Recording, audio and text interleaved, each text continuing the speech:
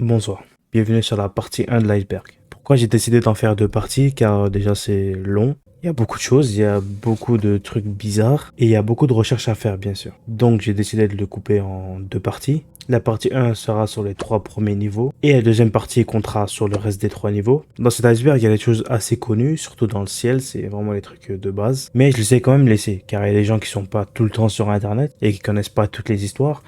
Donc c'est quand même bien de les raconter. Donc voilà, c'est tout pour moi pour cette intro. Bonne vidéo.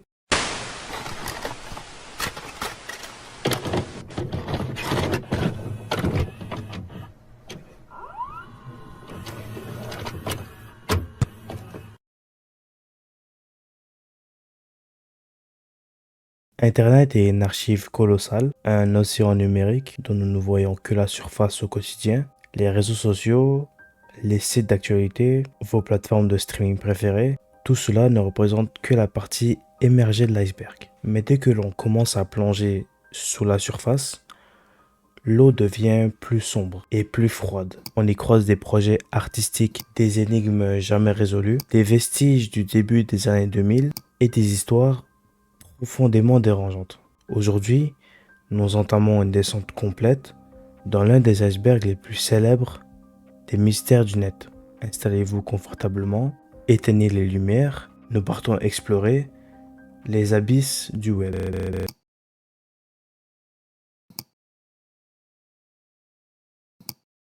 Notre voyage commence avec l'un des monuments de la folie textuelle du début d'Internet, TimeCube, lancé en 1997 par un homme nommé Guéné Ray, qui se proclamait comme l'être le plus intelligent de la Terre. Ce site était un immense bloc de texte écrit avec des polices de caractères géantes, des couleurs agressives et une utilisation abusive des majuscules. La thèse centrale de Guéné Ray est que la science, la religion et l'éducation nous mentent tous. Selon lui, le temps n'est pas linéaire, mais cubique. Il affirme que chaque jour sur Terre n'est pas composé de 24 heures, mais de 4 jours simultanés de 24 heures, s'articulant autour des 4 points cardinaux de la Terre. Quiconque refusait d'accepter cette vérité mathématique était qualifié de maléfique ou de stupide. Le site a finalement disparu après la mort de Ray en 2015, laissant derrière lui le témoignage fascinant d'une obsession psychotique devenue virale.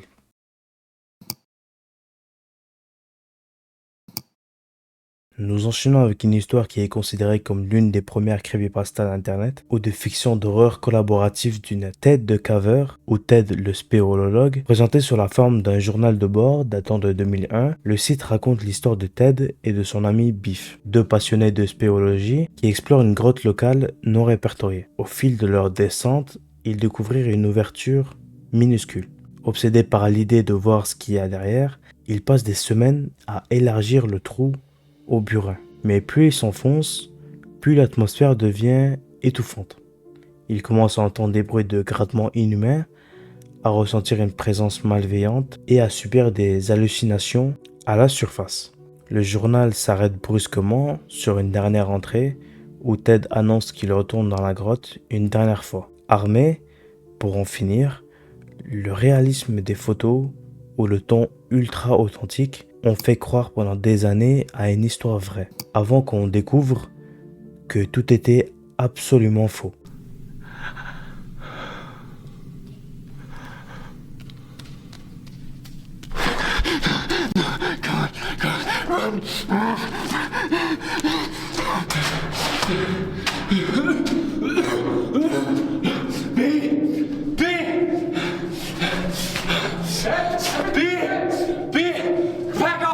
Pack up everything! Get ready!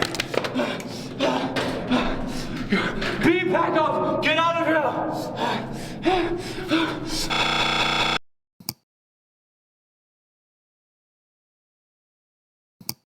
Si vous avez traîné sur YouTube à la fin des années 2000, vous n'avez pas pu y échapper. Suicide Mouse est une légende urbaine concernant un prétendu dessin animé perdu de Mickey Mouse des années 1930. La photo montre Mickey Mouse marchant en boucle devant des bâtiments ternes, la tête basse, sur un fond de piano désaccordé. et surtout avec des bruits stridents. Au bout de quelques minutes, l'écran devient noir. Puis la marche reprend, mais le son se transforme en cri d'agonie. Le visage de Mickey commence à se déformer et les décors s'effondrent dans le chaos. La légende affirmait qu'un employé de Disney s'était suicidé après avoir visionné l'intégralité de la vidéo originale. En réalité, il s'agit d'un montage d'un utilisateur d'internet surfant sur la vague des lost médias horrifiques, mais l'impact visuel et sonore reste gravé dans la mémoire de toute une génération.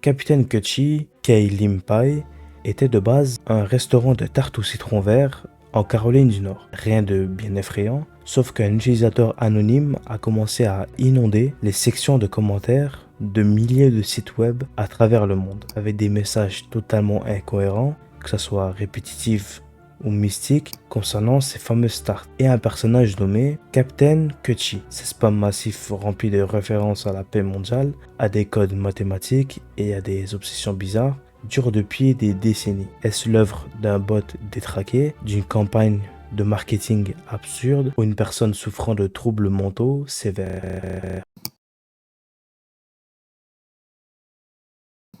Derrière ce nom de domaine enfantin se cache l'un des coups de génie les plus mémorables de l'histoire du jeu vidéo. En 2004, avant la sortie de Halo 2, une bande-annonce glisse une fraction de seconde l'adresse ilovebees.com. Les internautes qui s'y rendent découvrent un site dédié à l'apiculture.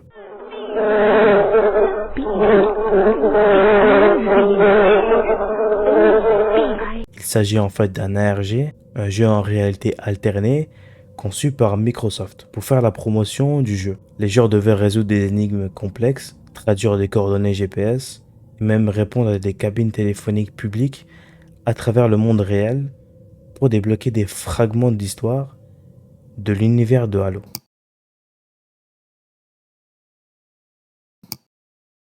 Celle-là est sans doute l'énigme la plus célèbre et la plus complexe d'Internet. Le 5 janvier 2012, une image apparaît sur le forum de 4chan. Bonjour, nous cherchons des individus très intelligents. Pour les trouver, nous avons conçu un test. Il y a un message caché dans cette image. Trouvez-le et il vous mènera sur le chemin pour nous trouver. Nous avons hâte de rencontrer ceux qui iront jusqu'au bout. Bonne chance. 3301. Ce qui était au départ qu'un fil de discussion amusant s'est transformé en une piste mondiale, menant les hackers à trouver des indices cachés dans le code source de l'image et enfin sur des affiches collées à des poteaux téléphoniques dans le monde réel, à Paris, à Séoul ou encore à Los Angeles. À ce jour, on ignore toujours qui se cache derrière le papillon de nuit de Cicada.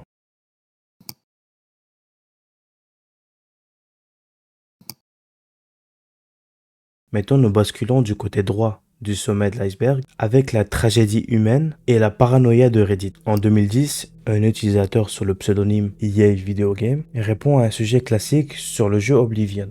Mais soudain, son comportement bascule. Il commence à poster le même message des milliers de fois, en boucle et sans s'arrêter. Ubisoft goes, Streamwork, bye bye. Always on DRM. Au milieu de ce spam massif, il poste des images de plus en plus distordues. Pendant des années, Internet a cru à un bot fou ou à une expérience flippante. Des années plus tard, une enquête approfondie a révélé la triste vérité. Derrière ce compte se cachait un jeune homme atteint d'une maladie mentale grave et de douleurs chroniques intolérables. Salut les gars, je suis Luc et je suis l'un des meilleurs amis de EA Video Game. Tout d'abord, laissez-moi dire que c'est une grande surprise de voir une si grande communauté autour de mon meilleur ami. Son nom était Lydon et nous l'avons perdu au début de 2015. Il avait un petit groupe d'amis dans la vie réelle car il a abandonné le lycée. Il ne nous avait jamais dit le jour de sa naissance, mais ça aurait été son 31e anniversaire en février dernier. Il va nous manquer.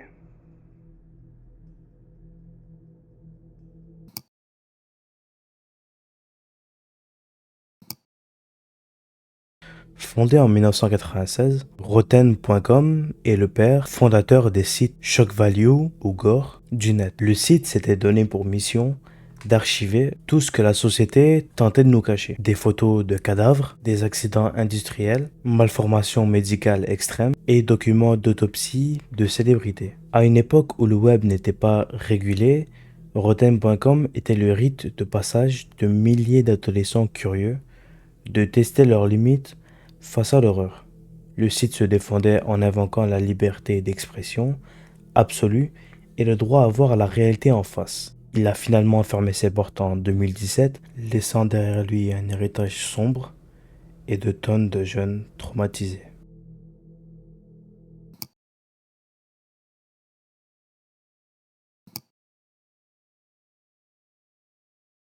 Dans les années 2010, un compte Twitter nommé Horse eBook est devenu une légende absolue de la culture d'Internet. Ce compte, censé promouvoir des livres électroniques sur les chevaux, publiait des tweets totalement surréalistes, poétiques et dépourvus de sens. Des milliers d'internautes sont pris de passion pour ce compte, persuadés qu'un algorithme de spam est en train de développer une forme d'art abstrait ou une conscience poétique artificielle. La déception fut immense lorsqu'en 2017, il fut révélé que tout cela n'était pas un bug d'IA, mais une performance artistique conceptuelle menée par deux artistes humains pour dénoncer la mécanisation à nos interactions en ligne.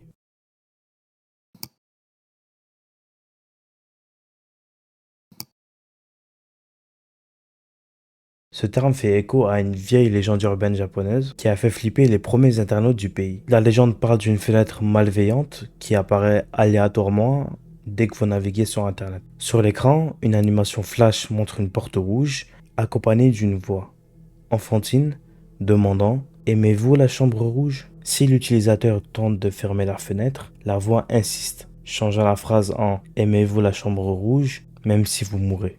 La légende prétend que tous ceux qui ont vu cette animation jusqu'au bout ont été retrouvés morts dans leur chambre, les murs repeints par leur propre sang. L'histoire a pris une tournure tragique et bien réelle en 2004. Lors du meurtre de Sasebo, où une jeune écolière japonaise a assassiné sa camarade de classe, on a trouvé que l'animation de la Red Room était enregistrée dans les favoris de l'ordinateur de la jeune tueuse.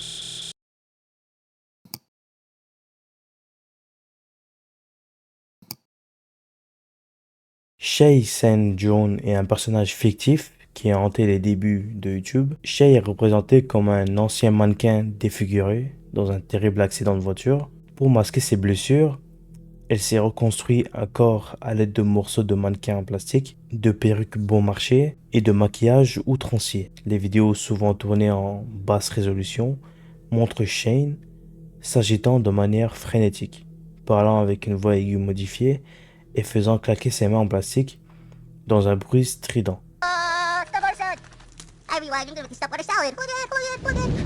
God, I can hear a volcano exploding in there.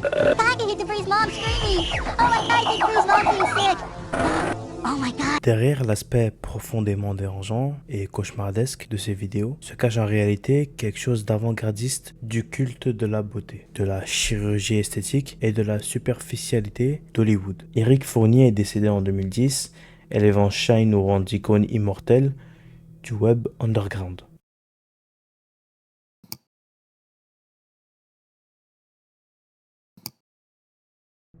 Pour clore ce premier niveau, Jerk City est un webcomic lancé en 1998, généré presque entièrement par des scripts informatiques et utilisant des graphismes rudimentaires. Et j'ai retrouvé aussi une version animée. Est-ce que vous avez envie de voir la vidéo? Je pense pas, mais je vais vous la montrer quand même. Pet particular scene. Starring lens, tooth, and bench. Can you return to the part where your face is in my lap? I'm not familiar with that particular scene. I don't see it here in the script. T-Deuce, here on page 28. T-Pants, stay out of this. Footnote, POV staring at a patch of 501 blue jeans. T-Pants, Extreme I said I close-up. didn't need your help. T-Deuce, I think you do, all things considered. T-Deuce, have you been drinking? Voilà. C'est bizarre quand même. Donc, pour les gens qui ne parlent pas beaucoup anglais, la plupart du temps, ils font que insulter. Il y a aussi quelques vidéos assez bizarres sur ce sujet. Voici un exemple.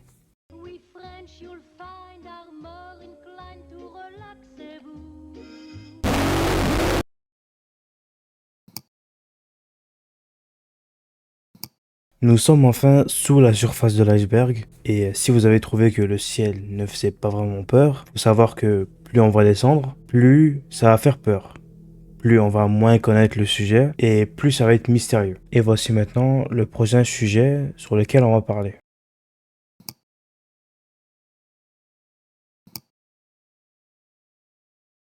Pendant des années, taper l'adresse unlimited.com menait à l'une des pages les plus énigmatiques et déroulante du net de surface.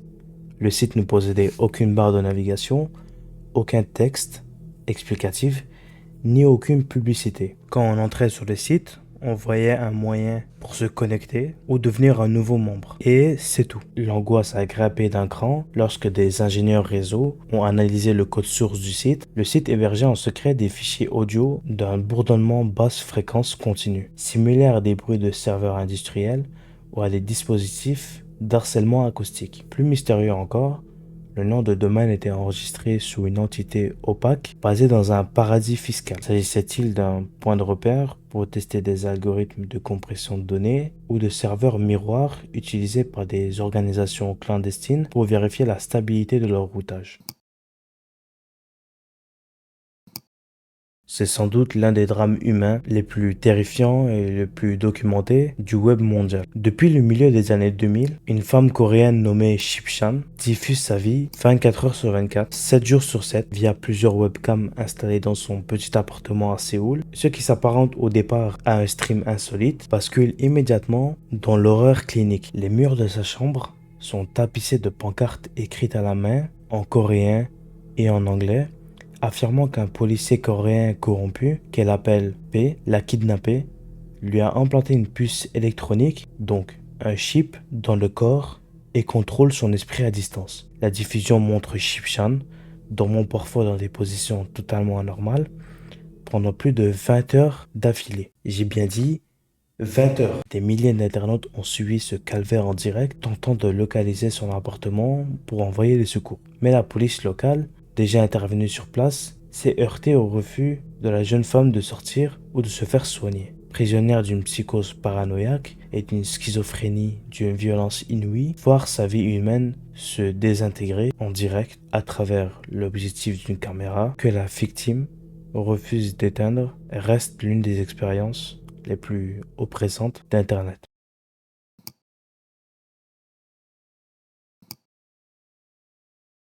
Pour comprendre le malaise que provoque evetbritalformal.com, il faut imaginer un site web commercial qui a littéralement sombré dans la folie. À l'origine, il s'agissait de la vitrine numérique tout à fait banale d'une boutique de robes de mariée située en Floride. Mais au fil des ans, le site a été totalement submergé par une quantité phénoménale de mises à jour, chaotiques, opérées par son créateur. Lorsqu'on y pénétrait, on y voyait des milliers de textes multicolores, des musiques stridentes se lançaient simultanément et des collages d'images de mode se mélangeaient à des photos de complots gouvernementaux, des schémas de la CIA et des théories sur la fin du monde. Le site comptait des centaines de sous-pages cachées. La plupart des gens sur Reddit pensaient à un mec totalement fou qui a fait un site qui écrit partout, qui met des images aléatoires. Mais en réalité, dans ce site-là et dans plusieurs sous-sections, on voit plusieurs photos d'un seul individu. Et cette personne s'appelle Terrence. Voici son nom complet, mais je préfère dire Terrence, c'est beaucoup mieux. C'est un des artistes incroyables qui a dû désigner ce site pour cette boutique de robes. Et franchement, le travail est très très bien fait. Quand tu dois jouer le rôle d'un fou, alors que tu ne l'es pas, ça veut dire que tu es vraiment fort.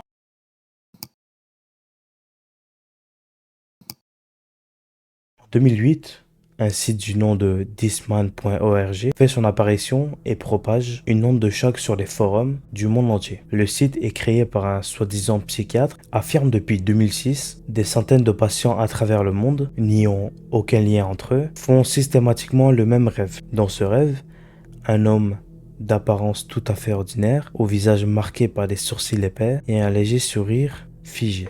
Le site affichait le portrait robot de Thisman et appelait toute personne l'ayant vu dans ses songes à témoigner.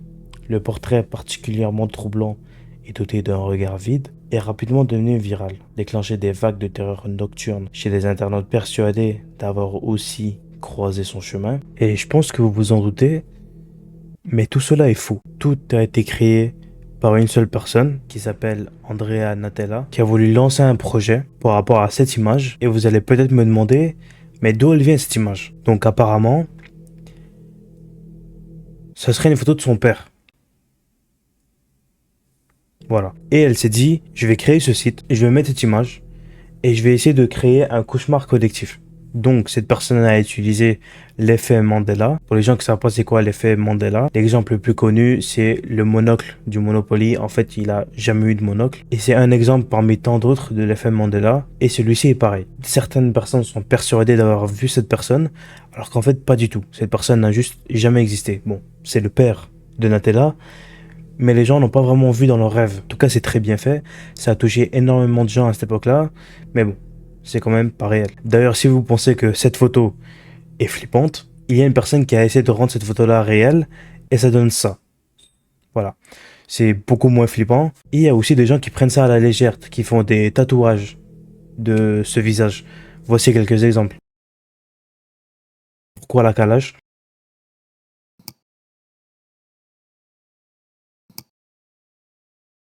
Nous touchons ici à l'une des niches les plus sombres, sadiques et inexplicables de YouTube. La communauté du Monkey Hate, la haine des singes, en fouillant dans les sections de commentaires de vidéos tout à fait innocentes montrant des petits singes de compagnie, souvent des macaques, élevés par des humains, des internautes ont découvert un réseau de comptes affichant une haine viscérale et une violence inouïe envers ces animaux. J'espère qu'ils souffrent chaque jour, mourant lentement d'une mort douloureuse.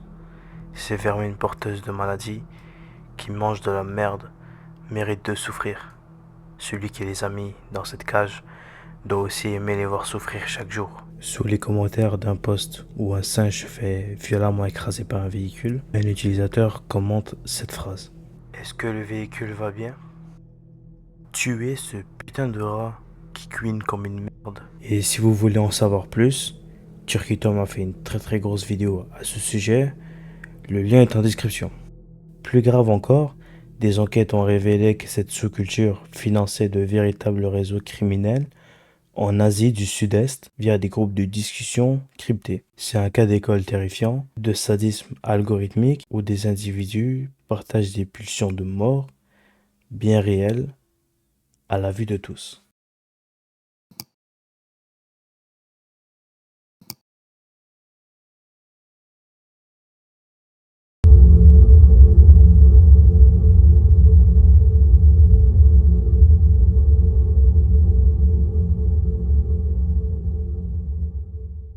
Derrière ce nom aux résonances japonaises se cache l'une des énigmes les plus froides, les plus militarisées du réseau Reddit. En 2011, un utilisateur a publié une quantité astronomique de messages cryptiques sur un subreddit dédié. Ces publications sont composées de chaînes de caractères alphanumériques massives entrecoupées de fragments de rapports militaires, de coordonnées géographiques précises et de mentions répétées d'une organisation appelée Junko Junsui. Très vite, les internautes s'organisent pour décoder ces blocs de données. Les pistes mènent à des serveurs basés dans des anciens pays du bloc de l'Est, à des sites de miroirs cryptés. Le mystère n'a jamais été officiellement percé et le compte d'origine s'est volatilisé, laissant derrière lui des milliers de pages de code indéchiffrables.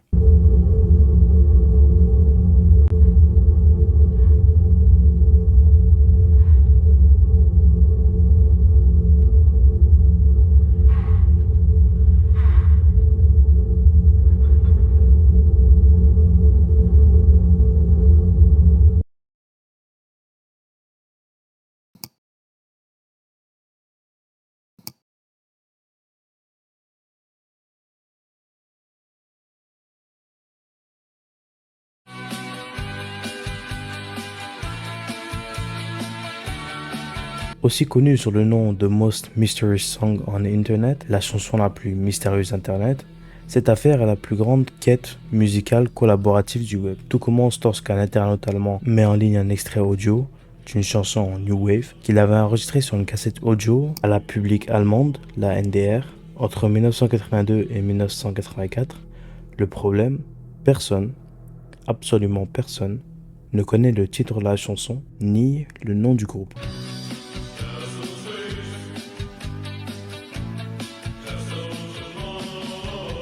Des milliers de détectives du net, de DJ de l'époque, d'archivistes musicaux et de passionnés ont fouillé le registre des droits d'auteur, interrogé les animateurs radio de l'époque et analysé les fréquences audio de l'enregistrement pour trouver une piste.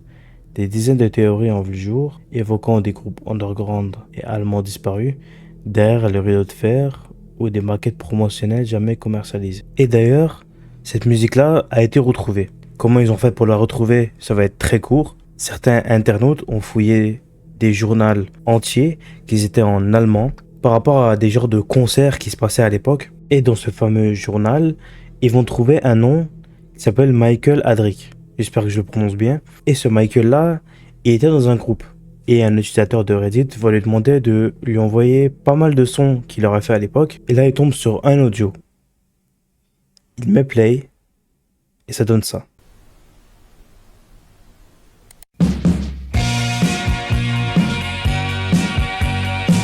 C'est bon, le morceau avait enfin été trouvé.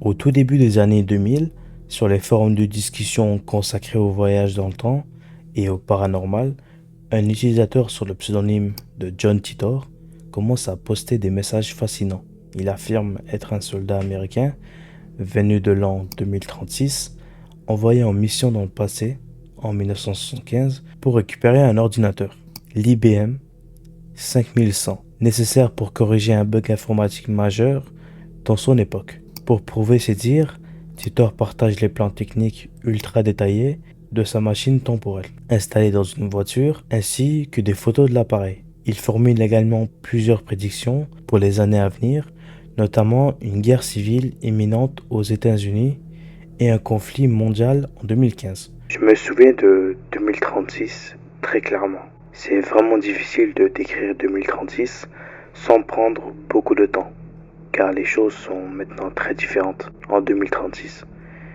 Je vis au centre de la Floride avec ma famille et je suis stationné vers la base militaire de Tampa. Une guerre mondiale en 2015 a tué presque 3 milliards de personnes. Les gens qui ont survécu ont grandi ensemble. La vie est maintenant centrée sur la famille et l'entourage. Je ne peux pas m'imaginer vivre à plus de 100 km de chez mes parents. Le site John Titor est créé pour archiver l'intégralité de ces échanges avant qu'ils ne disparaissent définitivement. Prétendant repartir pour son époque, si ses prédictions géopolitiques se sont révélées fausses, la précision technique de ces descriptions de l'IBM 5100, contenant des fonctions cachées inconnues du grand public à l'époque, continue de fasciner. L'hypothèse la plus probable pointe vers un canular extrêmement sophistiqué, mis au point par un avocat et son frère ingénieur. Mais le mythe de John Titor reste la plus grande histoire de voyage dans le temps du net.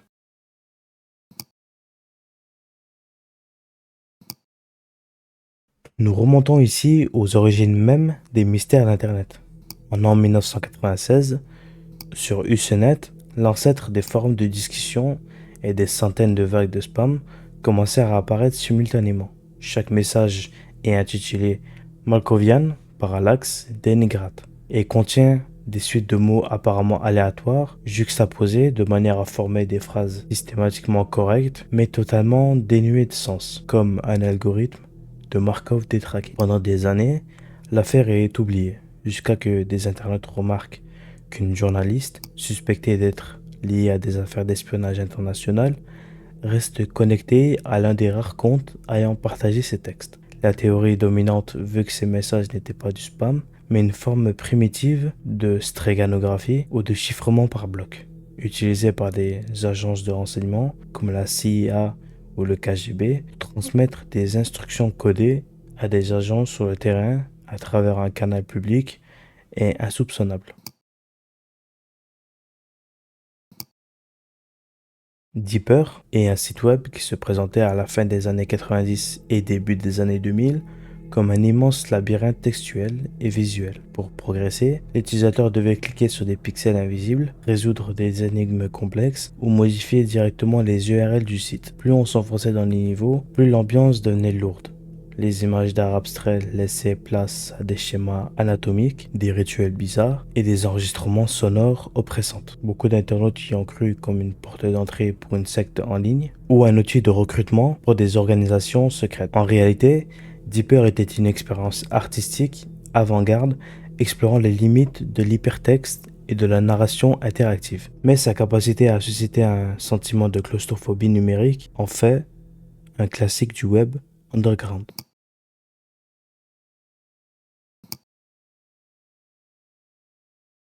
En 2011, le profil Facebook d'une femme nommée Catherine Waldegrave se présentait comme une universitaire polyglotte. Et une voyageuse fortunée devient le centre d'une attention médiatique internationale. Karine commence à publier des dizaines de statuts par jour, sauf qu'il ne s'agit pas de publications ordinaires. Ce sont des longs monologues chaotiques, écrits en plusieurs langues, anglais, français, allemand, même russe, alternant frénétiquement dans le même paragraphe. Elle y évoque de manière obsessionnelle des complots gouvernementaux, le contrôle mental, les réseaux de trafic d'êtres humains, de l'élite internationale, la monarchie canadienne et les agissements de la CIA. Plus troublant encore, elle répond instantanément à ses propres publications avec des centaines de commentaires contenant des suites de chiffres et des codes obscurs.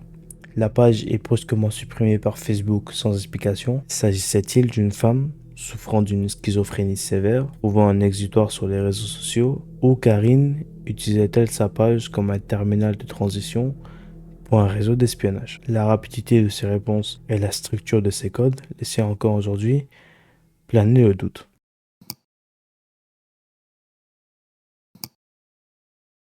Ce site est une capsule temporelle d'un drame historique réel. Heaven Gates, ou les Portes du Paradis, était une secte américaine dirigée par Marshall Applewhite. Les membres croyaient que la Terre était sur le point d'être recyclée et le seul moyen d'échapper à cette destruction était de quitter leur enveloppe corporelle pour rejoindre un vaisseau spatial extraterrestre caché derrière la comète Hale-Bopp. En mars 1997, 39 membres de la secte se suicident collectivement dans une villa en Californie.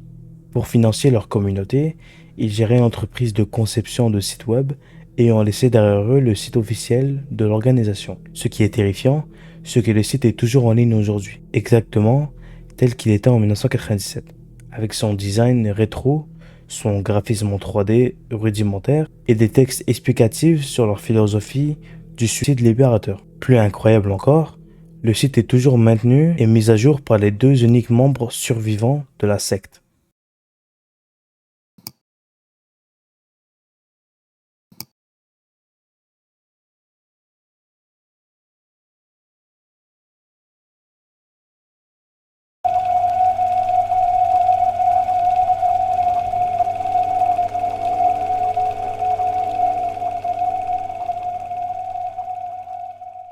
Nous entrons ici dans le domaine de l'horreur analogique et des vidéos perturbantes trouvées au fin fond du web. Les Bitterroot Footage font référence à une série de vidéos mystérieuses apparues sur les forums de partage de fichiers au milieu des années 2000. Les clips de très courte durée et de piètre qualité semblent avoir été filmés dans les forêts de la vallée de Bitterroot. On y voit des images saccadées à la limite du supportable, montrant des silhouettes humanoïdes déformées, bougeant de manière non naturelle entre les arbres, ou des grands plans sur des objets artisanaux, macabres suspendus aux branches, le tout accompagné d'une bande-son saturée, faite de grésillements et de murmures incompréhensibles.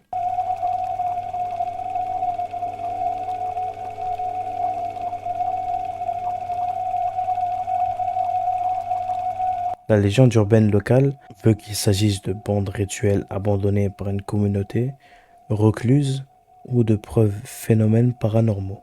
Bien que la thèse d'un projet de fin d'études en cinéma ou d'une œuvre d'art horrifique soit évidente, l'authenticité de la texture de l'image continuait de donner des frissons.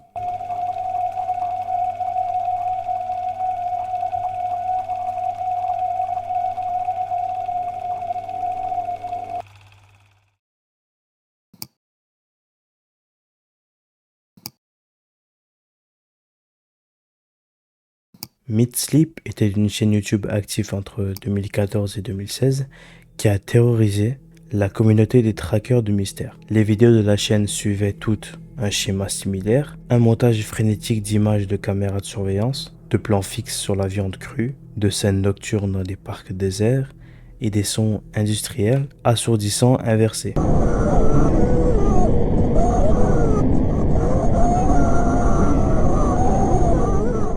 Les titres des vidéos étaient d'une combinaison de chiffres ou de mots cryptiques. La communauté est persuadée que Meat Sleep est tenu par un tueur en série ou un harceleur qui utilise la plateforme pour narguer les autorités et diffuser les images de ses repérages ou le reste de ses victimes.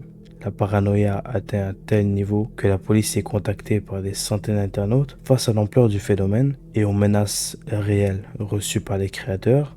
Le collectif d'artistes derrière la chaîne décide de briser le silence et révéler qu'il s'agissait d'un projet d'art conceptuel sur l'anxiété moderne et la peur de l'inconnu. Ils suppriment vite l'intégralité des vidéos, laissant derrière eux l'un des plus grands moments de terreur, mais aussi de tristesse, car la créatrice de la chaîne, Meat Sleep, est décédée vers les environs de 2021, et un ami ou une amie à elle qui gérait une autre chaîne a posté ce tweet qui annonce son décès. Même si Meat Sleep était une légende, malheureusement, ça s'est fini de la mauvaise façon.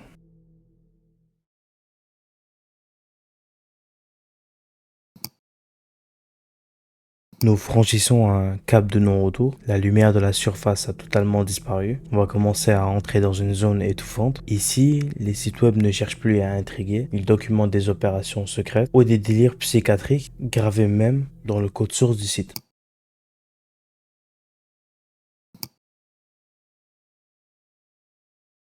Tout commence en 2009, avant la mort d'un utilisateur Reddit nommé Religion of Peace. En grattant la surface du site qu'il gérait, LexCityQuietPeace.com, des analystes réseau sont tombés sur des répertoires cachés protégés par des protocoles de chiffrement militaire. Derrière des fausses pages de blagues se cachait une plaque tournante de contrats d'assassinat et d'exécution extrajudiciaire. Les Quiet Pills, donc les pilules silencieuses, n'étaient rien d'autre qu'un jargon pour désigner des balles de sniper de gros calibre. Le site contenait des plannings de déplacement, de cibles politiques en Afrique et des rapports de nettoyage après des opérations clandestines. Ce n'était pas un faux site de tueurs à gages pour arnaquer les crédules, c'était un canal géré par des anciens membres de forces spéciales américaines reconvertis dans les opérations de l'ombre. Le site s'était brusquement volatilisé lorsque les autorités fédérales ont réalisé que des civils étaient sur le point de décoder des données touchant à la sécurité nationale.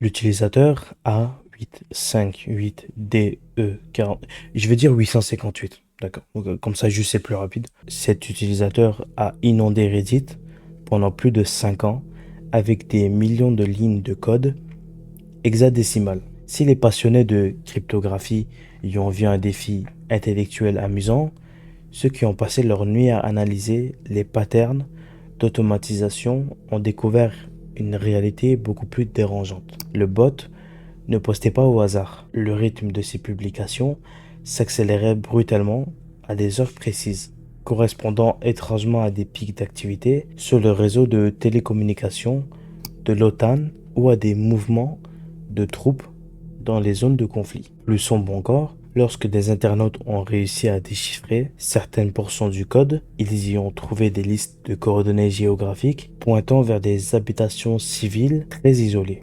suivant des lignes de texte corrompues qui ressemblaient à des journaux de bord de surveillance de drones. A858 n'était pas un projet de hacker solitaire. C'était un terminal de transmission de données militaires ou de cyberguerre à grande échelle, utilisant l'espace public Reddit pour masquer des flux d'informations de mort sous les yeux de tous. Le projet s'était arrêté d'un coup, sans un mot, laissant des milliers de pages de code gravées dans les serveurs comme les vestiges d'une guerre invisible.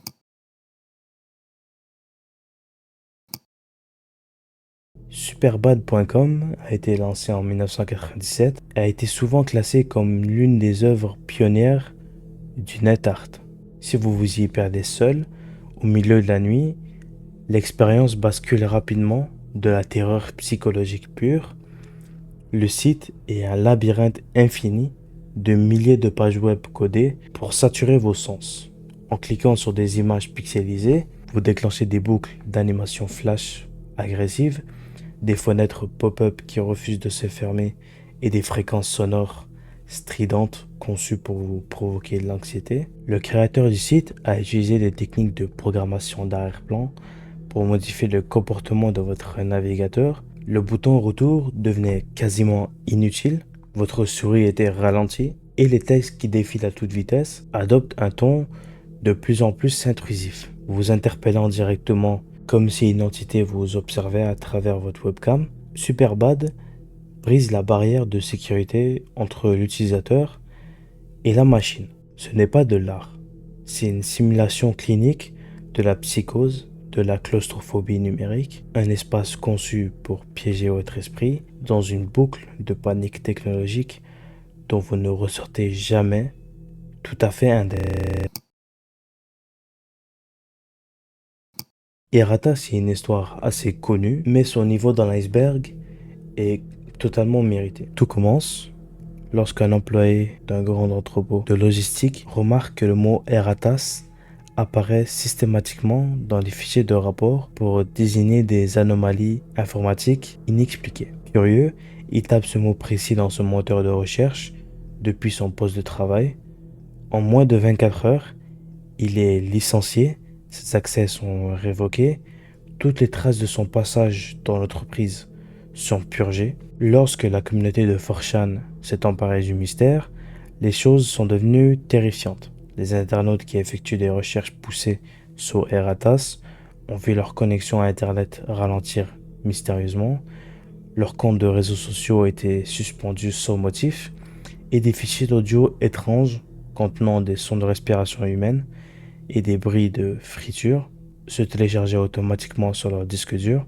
La rumeur veut que Erratas soit le nom d'un algorithme secret, de surveillance de masse ou de nettoyage de données d'une multinationale.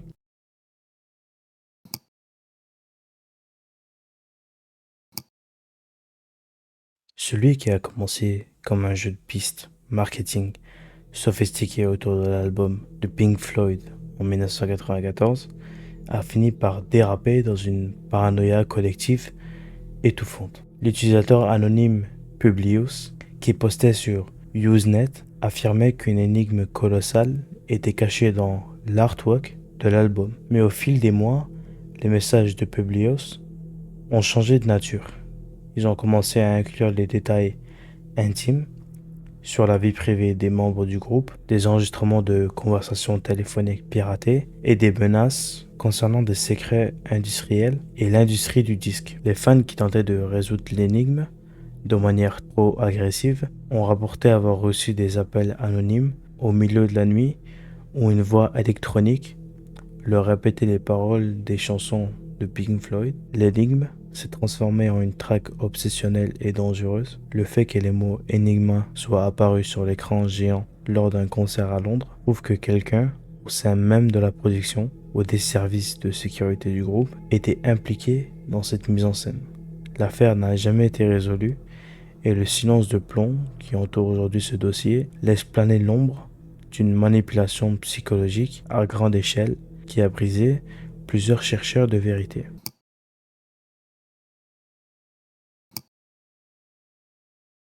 Human Being 15 est un pseudonyme d'un internaute qui a hanté les forums alternatifs au début des années 2010. Il publiait des textes de noirceur absolue, prétendant avoir développé une formule mathématique prouvant que la réalité physique n'existait pas et que nous étions enfermés dans une simulation informatique en phase terminale de décomposition. Ces textes étaient accompagnés de schémas anatomiques modifiés et de fréquences sonores extrêmement inconfortables, censés désynchroniser le cerveau du lecteur de la réalité. L'ambiance est devenue effrayante lorsque Human Being 15 a commencé à poster des photos de serveurs informatiques massifs installés dans un sous-sol non identifié, affirmant qu'il s'appuyait sur des infrastructures privées pour mener une expérience de déconnexion de masse en l'espace d'une seule nuit.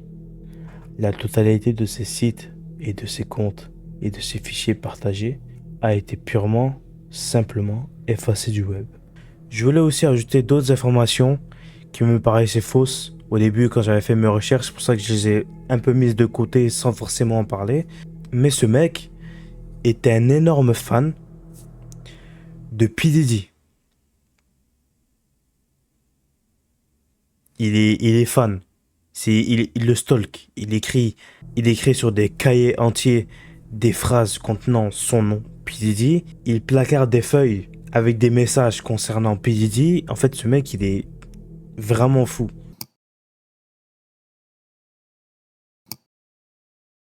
« 973 de Human 973 », derrière cette suite de chiffres et ce mot inversé, qui se lit en réalité 973 de Human 973, qui se cache l'un des labyrinthes les plus vastes et les plus perturbants du web de surface. Créé par un artiste britannique nommé David Kennedy, lorsque l'on pénètre, on y est fait face à une surcharge de textes cryptiques, de diagrammes magiques, de références bibliques et des calculs mathématiques complexes où chaque mot est disséqué pour en extraire une valeur numérique. Le site compte des milliers de personnes interconnectées de manière totalement chaotique. Pour les passionnés d'énigmes, ce site n'est pas simplement une performance artistique, mais le produit d'un esprit brillant ayant basculé dans une hypergraphique obsessionnelle et des délires de grandeur mystique, tentant de cartographier le langage de Dieu ou les secrets de l'univers à travers le code HTML.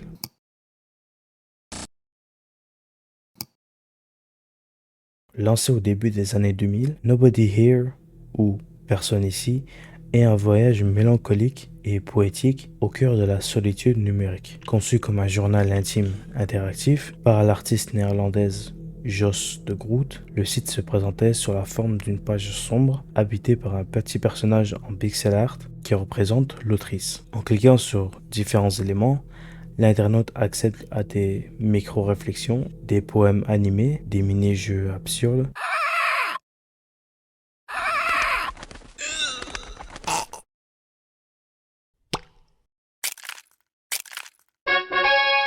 et des confessions touchant à l'isolement, au temps qui passe et à la difficulté de se connecter aux autres dans un monde de plus en plus virtuel. À l'époque où le web commençait à se standardiser et devenir commercial, Nobody Was Here a offert une parenthèse de sensibilité très rare. C'est une œuvre d'art brute qui utilise la technologie non pas pour impressionner, mais pour mettre à nu l'intimité et la vulnérabilité humaine.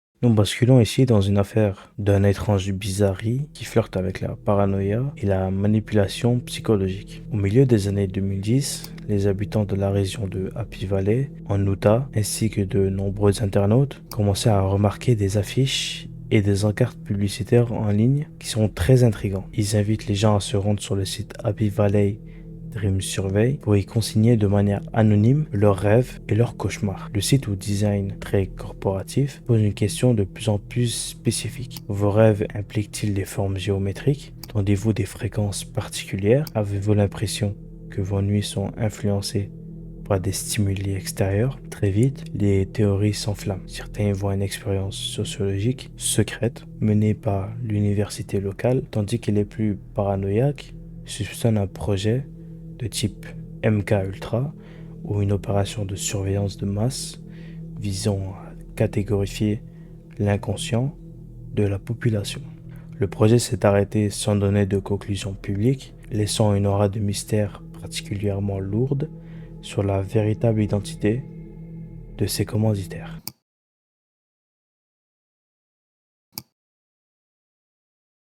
Every day I grow some more, ou en français Chaque jour je grandis un peu plus, est un site web expérimental qui a profondément marqué les amateurs de curiosité numérique. Par son concept minimaliste et oppressant, La page d'accueil n'affiche rien d'autre qu'une simple phrase, mais dès que l'on commence à faire défiler la page vers le bas, on réalise que le site d'une longueur infinie, au fur et à mesure de la descente, le texte commence à muter, à se multiplier, à saturer l'écran.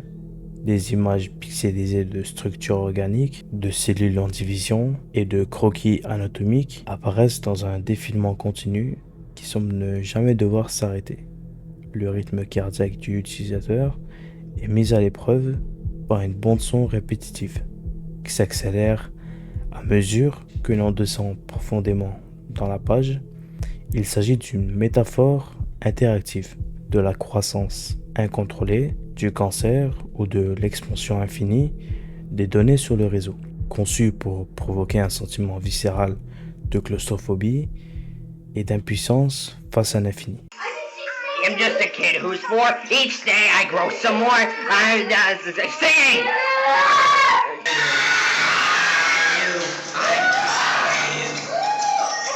That's me! And me! And me!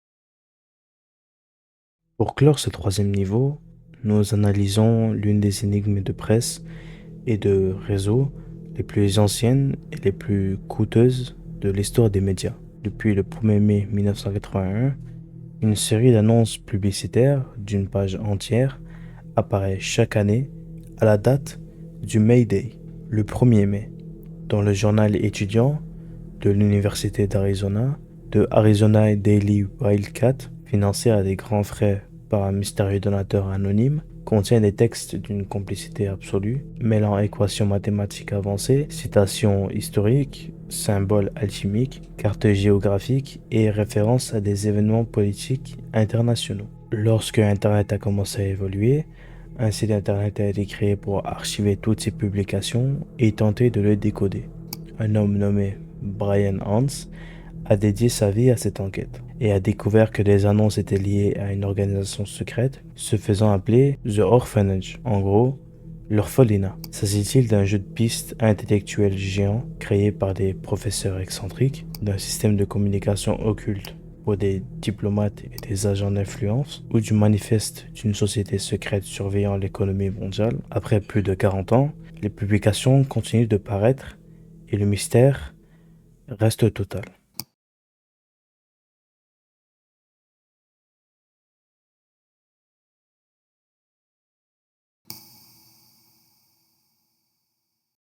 Voilà, nous venons de franchir la frontière du troisième niveau de cet iceberg. Derrière les écrans noirs, les lignes de code indéchiffrables et les sites abandonnés que nous avons croisés aujourd'hui, il y a une réalité qu'on oublie souvent. Internet n'est pas une machine, c'est le miroir de l'humanité. On y trouve notre besoin viscéral de créer, notre obsession pour le mystère, notre solitude, et parfois même nos recoins les plus sombres. Ce qui est fascinant avec ces mystères, ce n'est pas forcément d'y trouver une réponse. C'est de réaliser qu'à l'autre bout de la ligne, il y a quelques années ou à l'instant même, quelqu'un a tapé ces mots sur un clavier pour laisser une trace. Si vous avez aimé cette première partie de la vidéo, n'hésitez pas à liker, à vous abonner, à partager pour que la partie 2 sorte assez rapidement. Je mettrai aussi bien sûr toutes les sources en description. Prenez soin de vous et déconnectez-vous un peu de vos écrans ce soir.